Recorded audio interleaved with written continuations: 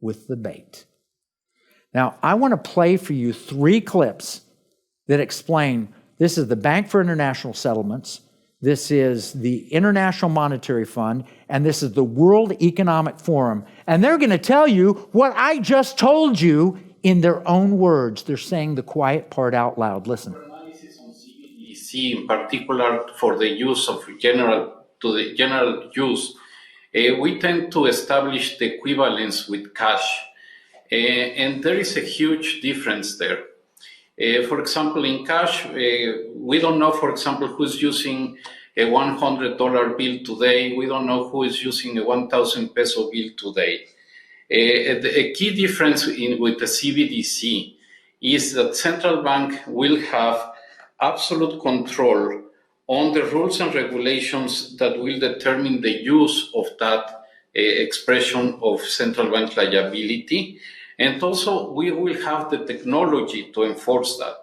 Those 2 issues are extremely important, and that makes a huge difference with respect to what cash is. Third way we think CBDC can improve financial inclusion is through what we call programmability.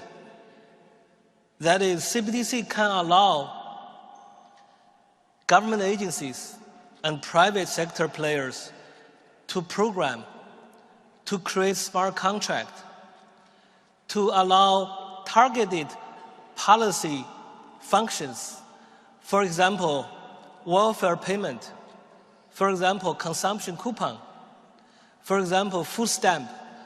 By programming CBDC, those money can be precisely targeted for what kind of people can own and what kind of use this money can be utilized, for example, for food. So this potential programmability can help government agencies to precisely target their support to those people who need support. So that way can also improve financial inclusion. And the one final note I will make is that if you think about the benefits of digital money, there are huge potential gains. It's not just about digital forms of physical currency. You can have programmability, units of central bank currency with expiry dates.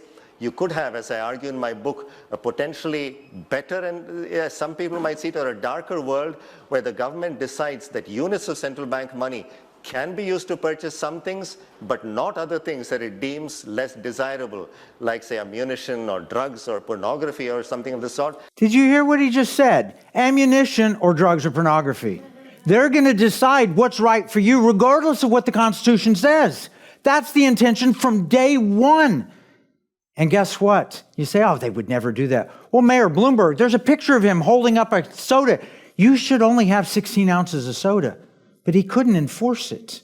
But with central bank digital currency, if you walk in the morning and buy 1 cup of coffee and you go back in the afternoon to buy another one, and they've bragged about this, they can say, no, only decaf for you.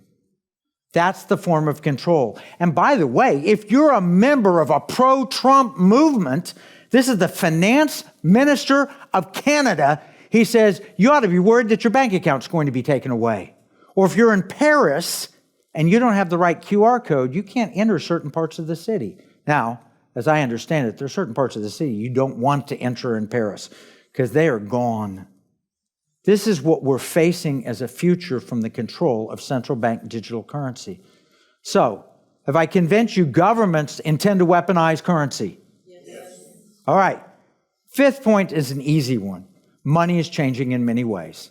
So shouldn't Texans or Americans have the opportunity to protect themselves? So here we go. Money is changing in many ways. 20 years ago, 25 years ago, PayPal, innovation.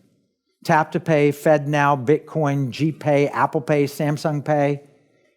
If I told you 30 years ago we'd have a cashless future, a few of you might believe me, most of you said, that's crazy. I use cash all the time. Now, do you carry much cash in your wallet? Money's been changing. It's changing right in front of our eyes. And when it changes here, it's going to bring in Big Brother.